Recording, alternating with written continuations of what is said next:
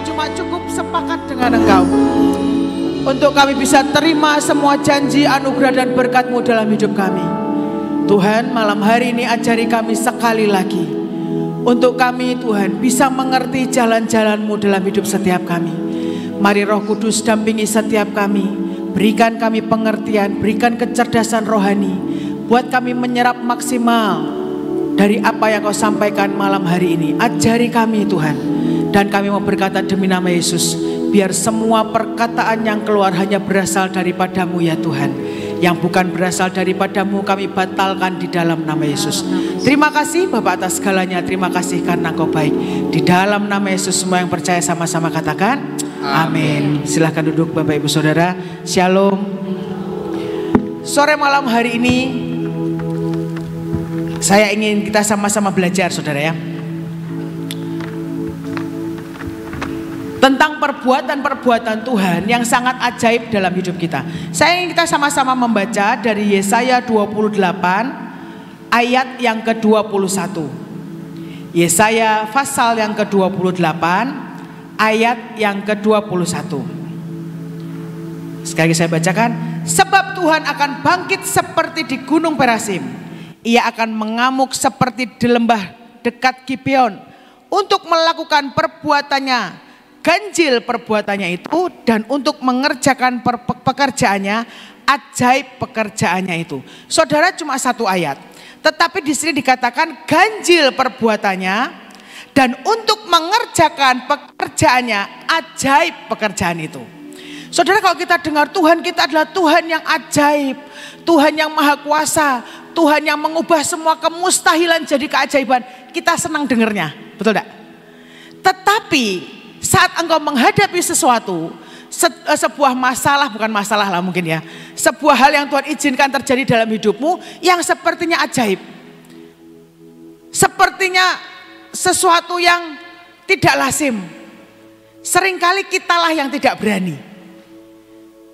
Seharusnya saudara kita ini mengerti bahwa perbuatan Tuhan ajaib itu ya dan amin. Harus menyadari, sangat menyadari. Kenapa? Di Mazmur 139 ayat yang ke-14 dikatakan, aku bersyukur kepadamu oleh karena kejadianku dahsyat dan ajaib. Ajaib apa yang kau buat dan jiwaku benar-benar menyadarinya. Saudara, dari awal dikatakan kejadianku dahsyat dan ajaib. Dan di sini dikatakan jiwaku benar-benar menyadarinya.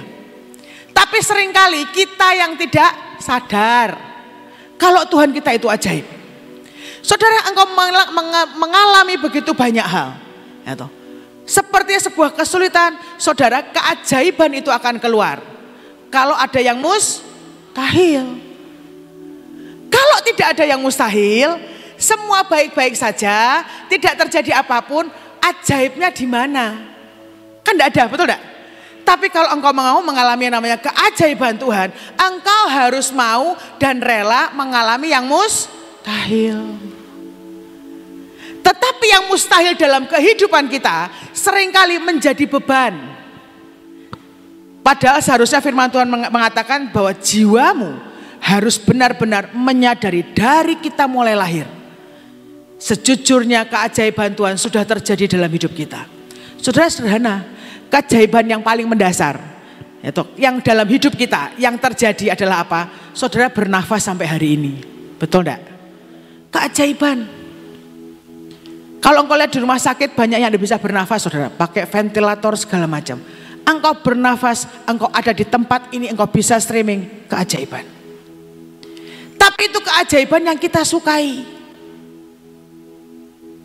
Lalu bagaimana dengan keajaiban Tuhan yang seperti tadi di Yesaya 28 ayat 21, ganjil perbuatannya.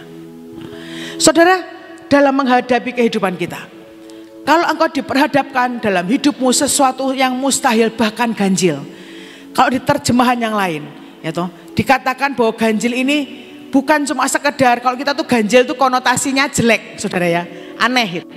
Tetapi dibilang bahwa sesuatu hal yang dikerjakan yang dibilang nggak make sense, sesuatu yang ajaib, tapi juga sesuatu yang awesome katanya, sesuatu yang luar biasa. Tetapi kalau Tuhan izinkan banyak kesulitan dalam hidupmu dan engkau butuh keajaiban, kita ngapain saudara? Jiwamu tidak menyadari, engkau merengek dan menangis atau meratapi nasib. Di dalam kehidupan kita, untuk kita menantikan keajaiban Tuhan, menurut saya ada dua hal, ada dua golongan. Yang pertama adalah golongan orang-orang single fighter, saudara, sendiri dengan Tuhan. Sebetulnya ini adalah kelompok yang paling gampang. Karena apa? Karena tidak melibatkan orang lain. Cuma kita dengan Tuhan. Saudara tidak perlu keputusan orang lain, saudara tidak perlu ngapa-ngapain, cuma hanya engkau dengan Tuhan. Masalahnya adalah tidak banyak orang yang berani berharap bergantung kepada Tuhan, mempercayakan diri kepada Tuhan sendirian. Biasanya kalau kita senangnya apa? Rombongan. Tapi tidak banyak orang yang mau bisa mempercayakan hidupnya sendiri dengan Tuhan. Benar-benar punya iman solid, lengkap, utuh, padat dengan Tuhan. Nyaris tidak ada, saudara. Biasanya kita ini butuh orang lain. Untuk ngapain? Untuk digotong sama-sama. Sejujurnya itulah termasuk saya. Sekali waktu, saudara, saya ingin ceritakan. Awal tahun ini, saat Tuhan bilang bahwa kamu ke Israel, kemarin sekitar pertengahan tahun lalu lah. Awal tahun ini kami ke Israel. Lalu Tuhan bilang kamu ke sana kamu harus mengambil pengucapan syukur, engkau harus mengambil ketenangan dan dalam pujian dan penyembahan. Saudara, kalau Tuhan itu ngomong engkau harus mengambil ketenangan dan pengucapan syukur, kan senang saudara ya. Oh, paling tidak nggak usah peperangan rohani, ya toh. Tidak perlu berangkat pagi pulang malam, saudara. Cuma ngambil tenang. Saudara tahu, kalau Tuhan bilang engkau harus ngambil ketenangan, maka sepanjang tahun ini banyak yang membuat kita tidak tenang, betul tidak? Kalau Tuhan suruh kita ngambil pengucapan syukur, berarti ada begitu banyak hal di tahun ini yang membuat kita sulit untuk mengucap syukur. Saudara tahu, saya pernah sharing kan toh, belum sampai Israel, baru transit di Dubai, saudara. Itu ada satu peserta bilang, tas saya hilang, Ci. Hah? Tas saya ketinggalan, enggak tahu di mana. Saudara, setelah ketemu saya pikir tasnya tuh kecil, tasnya tuh besar, saudara. Kok bisa ketinggalan, saya tuh tidak ngerti. Ya toh? Lah saya kamu gini, ketinggalannya di mana Pak? Coba diingat-ingat. Di mana ya Ci? Saya juga lupa. Terus piye? Ya toh? Saya ngomong gini, Tuhan, ini baru sampai Dubai loh. Katamu suruh ngambil ketenangan, kok sudah tidak tenang? Saudara, singkat cerita, diizinkan masuk kembali. Ya toh? Diizinkan masuk kembali dengan susah payah. Kenapa? Karena hari itu harusnya kami ini dapat tur lokal, saudara. Jadi tour guide yang kami miliki ini sudah keluar duluan untuk ngurus tur yang lokal di Dubai. Dan kami ini sebagian besar rombongan masih ketinggalan di dalam. Untung ada Kaleb ya toh, yang sudah pernah dari tour guide. Jadi akhirnya minta izin bagaimana caranya, lalu masuk kembali dan bisa diketemukan tasnya. Di mana? Di kamar mandi pertama saat kita mendarat. Dubai itu besar, saudara. Cuma saya tidak tahu bagaimana Tuhan memberikan hikmat begitu Pak. Pokoknya intinya tasnya ketemu. Udah tuh aman. Lalu kami siap-siap keluar. Sudah nih tas ketemu. Di tengah jalan orang yang saya bilang, Ci, istri saya mana? Loh ya tidak tahu toh. Lah terus saya tanya siapa? Saudara, istrinya ketinggalan di imigrasi. Dan tidak sadar. Masuk lagi, cari sekali lagi. Belum sampai Israel loh saudara. Masih di Dubai. Lalu kami tur keluar. Begitu masuk ada yang sakit saudara. Kena GERD, sudah gemeteran, pucat. Saya sampai sembahyang Tuhan, jangan sampai mati di Dubai. Ini belum sampai Israel. Saudara tahu? Kalau Tuhan memberikan, aku akan memberkati engkau. Senang enggak saudara? Senang. Dalam ketenangan ucapan syukur, engkau harus ambil di Israel. Amin. Tapi ada hal yang membuat kita tidak tenang. Tapi singkat cerita, ya toh, sampai di Israel, permasalahan semua selesai dalam 3 hari. Kami selesaikan perjalanan, kami pulang ke Indonesia. Saudara, ada cerita yang saya tidak ceritakan. Tapi saya mau ceritakan kepada saudara hari ini. Ya. Saat Tuhan bilang kami harus ke Israel, Tuhan bilang kamu bawa orang-orang yang memang tidak akan bisa ke Israel kalau kamu tidak katrol. Orang-orang punya kesetiaan, orang-orang yang punya hati melayani dan kesungguhan terutama untuk Eklesia Pilar. Jadi saya berdoa saudara, Tuhan siapa orang-orangnya? Lalu saya mulai doakan, kumpulkan, terkumpullah kira-kira sekitar 9 orang. Saudara tahu 9 orang ini tidak semuanya membayar full. Singkat cerita, saya harus nutup biaya tur ke 9 orang ini kira-kira 270 juta. Karena Tuhan yang suruh saya ajak. Orang lain ngomong gini, kok mau bayari orang pergi ke Israel? Lah Tuhan ngomong, kamu yakin Tuhan ngomong? Yakin saya bilang. Tapi begitu ada keluar tagihan, kan mikir saudara. Sebelum kami pergi, saya tuh sampai sembahyang. Tuhan, saya ini berpikir seperti biasanya. Ah tenanglah, nanti kalau waktunya pasti Tuhan akan sediakan yang saya perlukan. Kan gitu saudara ya. Berulang kali mengalami hal yang ajaib terutama dalam soal keuangan. Membuat saya seolah-olah mengerti Tuhan. Padahal Tuhan selalu baru setiap hari. Engkau mengenal Kristus tidak boleh berdasarkan kebiasaan. Nah singkat cerita, tinggal 4 hari kami mau berangkat ke Israel. Saya masih ingat itu hari Minggu, kami berangkat kira-kira hari Kamis, uang itu belum ada. Saya sampai ngomong gini sama Tuhan, Tuhan kalau sampai saya pergi, lalu utang, terus ceritanya apa? Oh itu ke Israel, hamba Tuhan yang utang. Kan apa engkau enggak malu toh Tuhan? Lalu saya berdoa, saudara saya cerita ini, saya berharap saudara harus menangkap yang dari Tuhan. Tidak boleh ditiru ya, don't try that at home saudara ya, cannot. Nah lalu saat saya berdoa, tiba-tiba saudara, ada suara gini, kan itu ada mobilnya Kaleb. Dijaminin aja, dalam nama Yesus. Atau semua pikiran, saudara kalau kepepet itu kan jadi kreatif, bener gak? Kreatif utang maksudnya. Atau sudah mikir apa saya minjem gitu ya, tapi kok rasanya gak bener. Tapi kok ini suara ngomong, kamu jaminin aja mobilnya. Tuhan itu kan utang. Saya kebas-kebaskan saudara, saya pokoknya dalam nama Yesus. Pokoknya Lani tidak boleh berharap kepada utang, ya toh? Tidak boleh pinjem, pokoknya harus bergantung kepada Tuhan. Tetapi suara itu ngomong terus saudara. Bukan karena saya mau utang loh, kita sudah mengerti tidak bisa, tidak boleh utang, betul tidak saudara? Tapi hari itu selalu suara dia, kamu jaminkan aja. Lalu akhirnya saya ngomong gini, kalau dengan model saya saudara, saya ini kalau misalnya untuk tiba-tiba kredit atau jamin, itu tuh tidak bisa saudara. Kenapa? Hamba Tuhan. Tidak ada surat slip gaji saudara, tidak punya jadinya. Tidak ada jaminan. Lalu saya mendatangi ada satu orang saudara, saya bilang gini, kalau itu engkau Tuhan pasti bisa, tapi kalau bukan engkau tidak bisa. Saya sudah bingung saudara waktu itu, tapi saya tetap mau mendengar. Saya ngerti saya tidak boleh utang. Lalu saya ngomong sama bapak ini, Pak, kalau mobil saya jaminkan gimana? Kan mobilnya belum lunas sih. Ya betul. Saya itu kami itu masih harus membayar mobil itu sampai tahun ini saudara, bulan Oktober nanti. Dan di tengah-tengah seperti itu tiba-tiba Tuhan tuh bicara jelas, Lani, kamu hanya boleh nyicil sampai tahun ini. Saya ngomong Tuhan, engkau yang bilang loh ya, saya cuma boleh nyicil tahun ini. Sekarang disuruh istilahnya menjaminkan mobil, terus piye? Gitu. Lalu kan ditanya, oke Ci bisa. Cici butuhnya berapa? Ya Bapak hitung aja, pokoknya saya butuh uang cash 270 juta hari Sabtu ini. Saat itu hari Jumat, asal saudara. Sabtu Ci, saya juga mikir saudara, hari Sabtu itu transfer uang kemana? Itu kan bank tutup. Tapi di Bandung itu ada satu bank yang hari Sabtu buka satu-satunya. Itu. Jadi saya bilang pokoknya Sabtu harus dapat uang. Oke, singkat cerita saudara, proses enggak lama. Itu. Berapa lama Ci mau pinjemnya? Saudara tahu, saya tuh tiba-tiba saya enggak tahu dari mana. Saya cuma ngomong gini, 4 bulan lah selesai. Setelah ngomong saya kaget saudara. Total uang yang harus saya pinjam itu 340 juta, 4 bulan. Kebayang enggak saudara, sebulan bayar berapa? Atau saya dapat uang dari mana? Kalau kata Bevis kan mencangkul aku tak bisa, mengemis aku malu. Atau terus piye? Tapi wes lah ceritanya, singkat cerita sudah dibayar. Pulang dari Israel damai sejahtera. Sampai di Indonesia kan mikir bayarnya bagaimana, betul enggak? Saya sampai ngomong Tuhan tidak mungkin tahun ini engkau suruh aku selesai dengan cicilan semuanya. Secara manusia beres Tuhan Oktober nanti. Tapi ini ketambahan 340 juta yang saya harus lunasi dalam 4 bulan.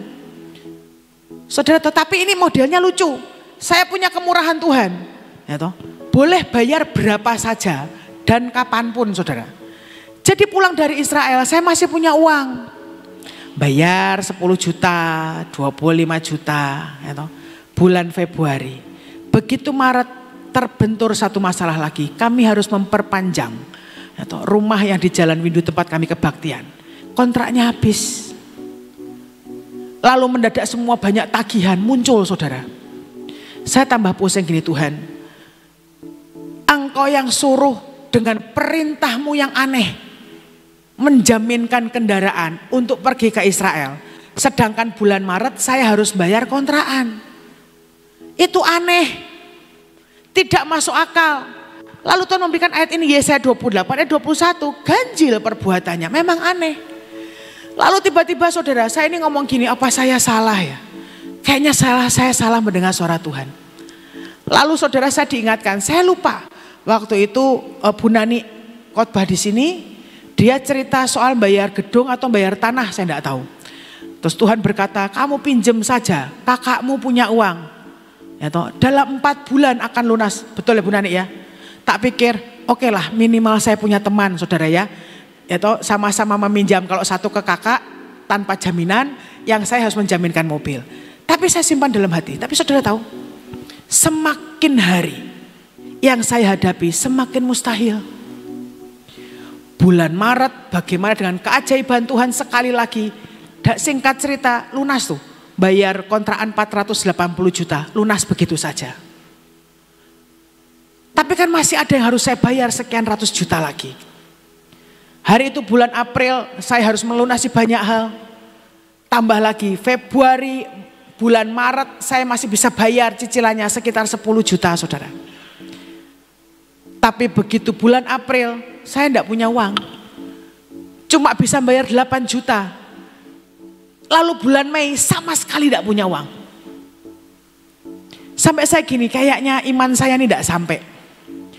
Lalu akhirnya sebetulnya sejak awal, begitu bilang bahwa harus menjaminkan mobil. Saya model orang yang tidak berani berjalan dalam keajaiban Tuhan sendiri. Bagaimana caranya? Saya kumpulkan orang-orang yang mau berangkat tadi. Yuk berdoa setiap hari. Singkat cerita kami ini berdoa setiap hari saudara, setiap jam 8 malam kami akan berdoa bersama-sama lewat WA karena beberapa ada di kota lain. Kami berdoa Tuhan tolong gimana caranya. Makin hari yang dialami makin sulit, makin tidak ada jalan keluar.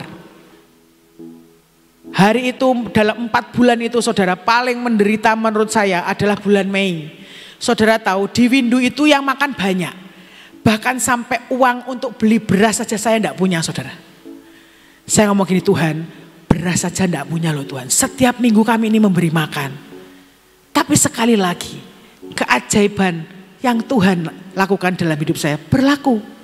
Mendadak ada orang kirim beras saudara. Kami tetap bisa makan. Saudara kan tidak lihat saya langsingan toh. Tetap besar karena makan enak terus. Tidak kelaparan. Tuhan yang masalah beras ini kecil cuma yang 300 juta piye. Siapa yang membayar? Gimana caranya? Sedangkan tahun ini saya harus selesaikan semua cicilan ini 4 bulan loh Tuhan. Sudah lewat, Tuhan bilang belum. Coba dihitung, oh ya 4 bulannya itu tepat bulan Mei saudara. Di tengah-tengah saya panik. Di tengah-tengah begitu banyak hal yang membuat hati tidak damai sejahtera, pikiran ruwet saudara. Tapi saya tahu dengan pasti, saat engkau mau melekat dengan Tuhan dan jiwamu menyadari bahwa apa yang Dia kerjakan dalam hidup kita dari mula adalah ajaib. Engkau harus punya iman dan mempercayakan diri kepada Tuhan. Saudara, singkat cerita. Ceritanya saya singkat-singkat saudara, kalau lama-lama nanti kepanjangan. Ya toh? Singkatnya saudara tahu, saya masih ingat tanggal 22 Mei. Tiba-tiba ada satu orang telepon saya. Nani, tante sudah transfer ya? Oh ya tante, terima kasih. Sebelum itu saudara, pergi ke Sion bawa rombongan, tidak punya uang saya. Tuhan mau ke Sion bawa rombongan loh, pesan bis mesti bayar. Saya tanya ke bendara saya, kasnya tinggal berapa? Tinggal 1 juta Ci. Belum nambah? Belum, oh ya wis. Piye Tuhan bagaimana? Tiba-tiba saudara, ada lagi, tidak usah bayar Ci, bis kami saja nutup, puji Tuhan. Sekalian tolnya puji Tuhan. Jadi saudara saya bawa rombongan ke Sion pun gratis, tidak pakai bayar. Tuh. Tapi hari itu tanggal 22, saya pikir ada tante yang telepon saya, transfer saudara ya, puji Tuhan. Nyambunglah minimal. Gitu.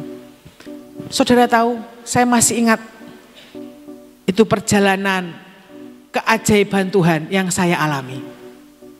Saat saya bersama saudara-saudara saya menghadap Tuhan. Saudara tahu tanggal 23 semua hutang lunas saudara. Loh.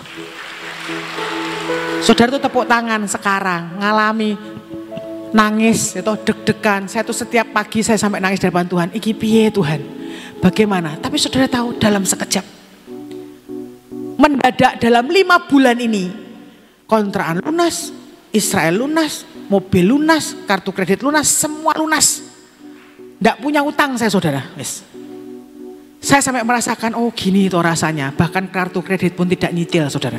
Wes saya berhentikan semuanya. Tapi saudara engkau harus mau apa? Merelakan dirimu. Bukan melarikan diri, merelakan diri. Untuk dididik dan diajar. Dikatakan bahwa ganjil perbuatannya dan ajaib pekerjaannya. Saudara, tapi yang saya lakukan, bagaimana caranya? Kadang iman kita tidak sampai. Menghadapi begitu banyak tekanan, engkau butuh yang namanya bekerja sama. Saudara, firman Tuhan berkata, 2 orang sepakat itu akan menyelesaikan banyak hal, betul tidak? Apapun yang didoakan pasti terjadi. Nah hari itu saya masih ingat, saya berdoa kira-kira dengan 7-8 orang mungkin, hanya 8 orang. Setiap hari kami berdoa. Saat Tuhan katakan, di dalam Lukas pasal yang kelima, mulai ayat 17 sampai 20. Dulu, Lukas pasal yang kelima, ayat 17 sampai 20. Pada suatu hari ketika Yesus mengajar, ada beberapa orang Farisi dan ahli Taurat duduk mendengarkannya. Mereka datang dari semua desa di Galilea dan Yudea dan dari Yerusalem. Kuasa Tuhan menyertai dia sehingga ia dapat menyembuhkan orang sakit. Di sini saudara. Lalu datanglah beberapa orang mengusung seorang lumpuh di atas tempat tidur.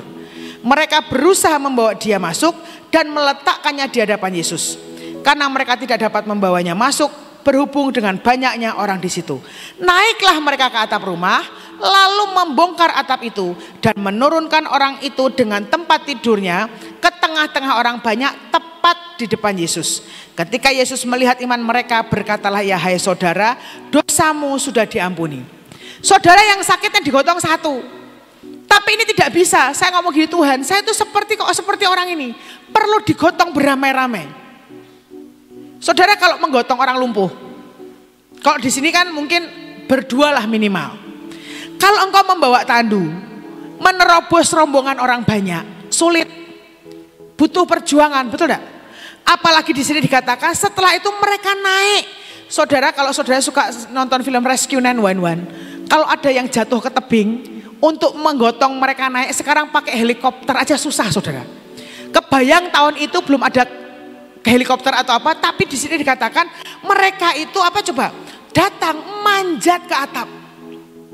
Buka atapnya. Engkau butuh bekerja sama dengan saudara-saudara kita yang lain. Masalahnya adalah apakah engkau orang yang menggotong atau engkau orang yang digotong. Kalau engkau adalah orang yang menggotong, saudara, engkau butuh kerendahan hati untuk mau menggotong. Yang pertama kau butuhkan adalah apa? Rela. Saudara, kalau orang mau belum tentu rela, tapi kalau orang rela pasti mau. Engkau harus rela menggotong saudaramu. Saya mengucap syukur dengan saudara-saudara saya. Yuk berdoa. Rasanya iman kurang kuat. Yuk berdoa. Setiap hari kami berdoa. Seberapa kami yang bisa kami menghadap Tuhan. Ayo Tuhan, tolong kami bagaimana caranya. Saudara, dan itu tidak sebentar. Mungkin kami berdoa kira-kira hampir 9 bulan saudara. Kami tahu saya tidak punya kemampuan untuk membayar. Tapi saat kami bersama-sama menggotong, menerobos yang namanya mustahil. Naik kalau perlu. Manjat saudara. Dan apa? Buka atapnya. Bersama-sama. Butuh yang namanya bekerja sama saat kita menggotong seseorang atau menggotong iman bersama-sama. Saudara, kalau gotong tandu berdua ya, depan belakang, saya tidak ngomong 4 orang, yang 2 aja. Kalau satu maunya ke kanan, terus yang belakang maunya ke kiri, yang digotong kan jatuh, betul tidak? Lalu saat mereka naik ke atas akan bersusah payah. Sampai di atas apa? Harus punya kemampuan kepandaian membongkar atap. Saudara, kalau engkau dipercaya oleh Tuhan menggotong banyak hal dalam hidupmu untuk kepentingan Tuhan, engkau harus punya kerelaan tadi, punya kerendahan hati, tapi engkau juga punya kekuatan untuk naik, manjat saudara. Punya kekuatan saat tambah mustahil, engkau harus lebih menguatkan imanmu, percaya kepada Tuhan. Sama seperti Daud, saat terjepit maka dia harus menguatkan imannya kepada Tuhan, bukan lari. Tapi harus apa? Serba bisa. Bisa manjat, ya toh, bisa membongkar atap, itu mulai dari kuli, ya toh, dari kuli angkot sampai tukang bangunan engkau harus punya. Membuka atap itu kan tidak sembarangan saudara, apalagi banyak orang. Lalu apalagi yang paling penting, engkau harus menurunkan yang engkau gotong. Engkau harus bertanggung jawab untuk menurunkan orang yang engkau gotong tepat di hadapan Tuhan. Firman-Nya toh menurunkan. Saudara, jangan sampai engkau menggotong orang, ya toh, tidak punya kelembutan. Saudara tahu bahasa Jerman, diuncal ke? Ya toh, begitu sudah sampai, oh cedak Yesus diuncal ke, plung gitu. Di sini dikatakan dia bahkan menurunkan tepat di hadapan Tuhan. Nah, berapa banyak pemimpin yang engkau menggotong anak buahmu, dan engkau bahkan tidak punya kelembutan untuk meletakkan anak buahmu dengan tepat di hadapan Tuhan. Seringkali karena kita jengkel, kita buang dia. Diuncal kayak tadi ya toh. Terserah nanti. Yang penting kan dekat Yesus, biar dia merangkak sendiri cari Yesus. Tapi ini tidak. Menggotong, meletakkan tepat di hadapan Tuhan. Tapi kalau engkau adalah orang yang digotong, saudara, engkau harus tahu diri. Kalau engkau punya kelemahan. Nek saya saudara ya, sudah digotong, ya toh rewel.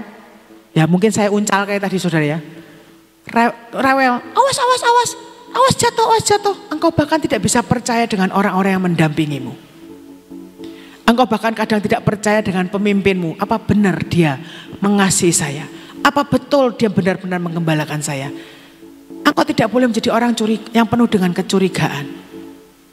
Saudara, kalau engkau adalah orang yang digotong dan engkau punya kerelaan untuk mau disembuhkan, saudara, hari itu dalam mungkin sekitar 9 bulan saya berdoa, Tuhan tolong saya ngomong dengan saudara-saudara saya, yuk berdoa supaya imanku tidak rontok, bantu saya berdoa.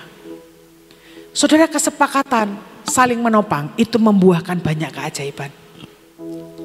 Kalau saudara baca, atau tadi di ayat 20 dikatakan, hai saudara, ketika Yesus melihat iman mereka, berkatalah ia, hai saudara, dosamu sudah diampuni. Melihat iman mereka. Saudara, kalau dulu Pak Yusak Cipto almarhum, itu single fighter saudara. Imannya cukup untuk menutup banyak hal. Sampai saya ngomong gini, Tuhan ajari saya punya iman seperti itu. Sementara ini masih iman rombongan Tuhan. Tapi sekali lagi, kesepakatan membuat kita bisa melakukan banyak dan menerima keajaiban dari Tuhan. Masalahnya kita mau atau tidak. Saudara, di sini dikatakan ganjil perbuatannya. Di dalam engkau mengikut Tuhan, sekalipun sepertinya cara yang Tuhan berikan dalam hidupmu aneh, tapi kalau engkau tahu dengan pasti itu adalah Tuhan, maka percayalah, meskipun aneh perbuatannya. Sedangkan kalau saudara baca di seluruh Alkitab, dalam 3 tahun terakhir Tuhan Yesus melakukan pekerjaannya, ada enggak saudara yang biasa? Ada yang biasa? Enggak ada. Semuanya ajaib dan aneh. Menyembuhkan orang buta, meludah di tanah, diolesi tanah. Betul enggak? Menyembuhkan orang lumpuh, diperingatkan, ayo bangkit, angkat tilammu. Yang Tuhan lakukan tidak pernah biasa. Kenapa? Karena dari awal dia adalah pembuat keajaiban sejati saudara. Dan dia ciptakan kita sejak dari awal. Dikatakan perbuatannya kita ini, kejadian kita sangat dahsyat dan ajaib. Dan harusnya jiwa kita mengerti. Saat engkau mengerti bahwa kita berjalan dengan Tuhan yang ajaib, maka engkau hanya butuh apa? Percaya kepadanya. Bahwa dia adalah pembuat keajaiban sampai hari ini dan sepanjang hidup kita. Amin Bapak Ibu Saudara. Hari ini saat engkau mengalami yang namanya kemustahilan, saudara bertahanlah. Karena keajaiban Tuhan pasti akan segera datang. Saudara, sejujurnya hari-hari itu saya ngomong dengan Tuhan, Tuhan aku rak kuat. Mendadak dalam 5 bulan itu saudara, kondisi Pilar juga menurut saya sangat tidak enak. Saya tidak tahu ada apa. Begitu banyak perbedaan. Yang ini satu ngomong begitu, yang ngomong begini, saya terjepit di tengah. Saya bingung dengan semua hal. Saya sampai ngomong, Tuhan aku tak berhenti aja. Ajaibnya Tuhan lagi. Saat saya mau berhenti saudara. Saudara itu kan di handphone kan biasanya ibu-ibu, bapak-bapak, adik-adik. Kan pasti ada aplikasi Shopee toh. Betul enggak? Ada yang enggak punya?